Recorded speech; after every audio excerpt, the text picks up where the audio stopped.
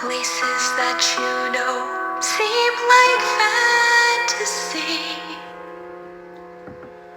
There's a light inside your soul that's still shining in the cold, with the truth, the promise in our hearts.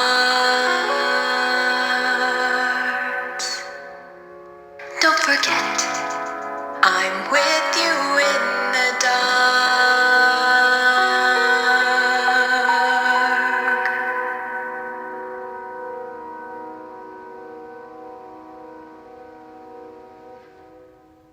The passengers were annoyed that there was no engine to pull their train.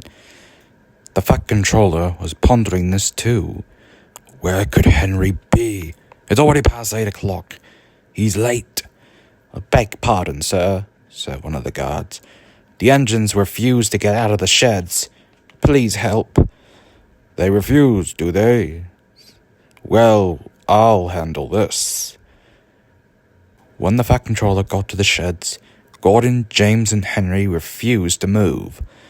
Sure will, Henry, said the Fat Controller. Henry's not going, said Gordon. We're on strike, and unless you get another engine to shunt our coaches for us, we're not leaving. We'll see about that, said the Fat Controller. He got in his car and drove away. Things have never really been the same ever since Thomas got his own branch line. The Fat Controller soon went to Edward for help. Edward, you're the only engine available. Can you please shunt the coaches for them? Okay, sir, said Edward. For the next few days, the trains run smoothly, thanks to Edward shunting the coaches. Everything seemed to be fine, or so they thought. One morning, the Fat Controller was speaking to Edward when Gordon puffed by and rudely blew steam at him. My word, said the Fat Controller. Do all of them do that to you? They all hissed at me, sir, said Edward, and one of them called me Black Wheels. They say tenor engines don't shunt coaches, and said I'm disgracing their name.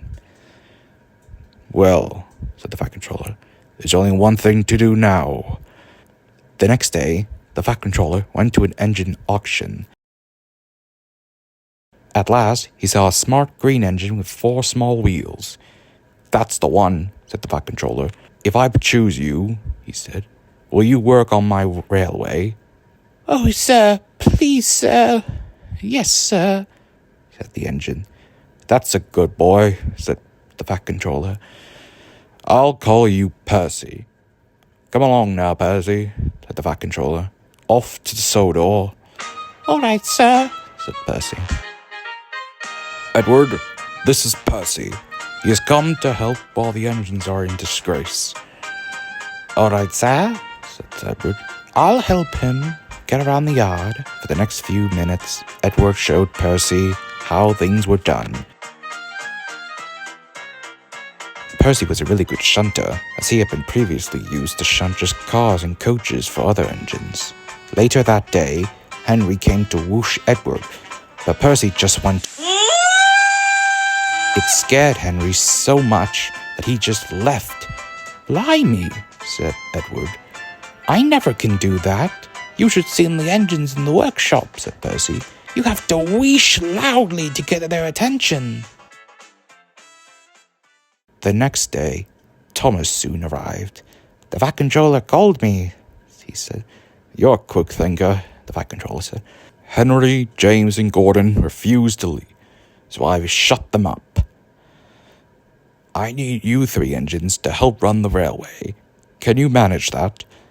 All right, sir, said Thomas. All right, said Edward. All right, said Percy, and the 3 engines did their work. There was no delays and no fussing. Thomas, Edward, and Percy worked their hardest to run the railway.